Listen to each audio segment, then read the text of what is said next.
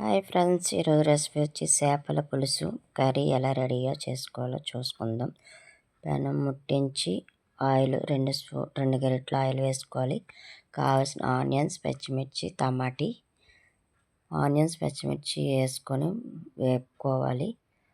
కొంచెం సాల్ట్ వేస్తే బేగా మగ్గుతాయి కాబట్టి బ్రౌన్ కలర్ వచ్చిన వరకు బాగా వేపుకోవాలి. 1 స్పూన్ అల్లం వెల్లుల్లి పేస్ట్, కొంచెం పసుపు వేసుకొని బాగా వేపుకోవాలి. గరం మసాలా, ధనియాల పౌడర్, చికెన్, చేపల మసాలా, టమాటీ మిక్సీలో నాడేసుకొని ఉంచుకున్నాం, అది వేసుకొని బాగా వేపుకోవాలి. 1 స్పూన్ కారం 2 స్పూన్ వరకు కారం వేసుకోవాలి.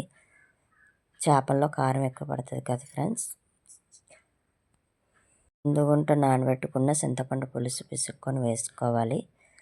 ఇది మరిగిన తర్వాత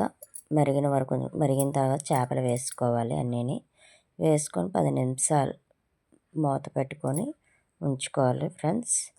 చాలా బాగుంటుంది, టేస్ట్ యమ్మీగా తినవచ్చు. చాలా టేస్ట్గా ఉంటుంది చేపల కర్రీ. చేపల పులుసు మాత్రం చాలా ఇంకా వగలబుద్దేయదు. ఒకసారి ట్రై చేయండి ఫ్రెండ్స్. నాకు సపోర్ట్ చేయండి ఫ్రెండ్స్. కొంచెం మీరు ఒక లైక్ చేస్తే వేరే వాళ్ళు కూడా లైక్ చేస్తారు కదా.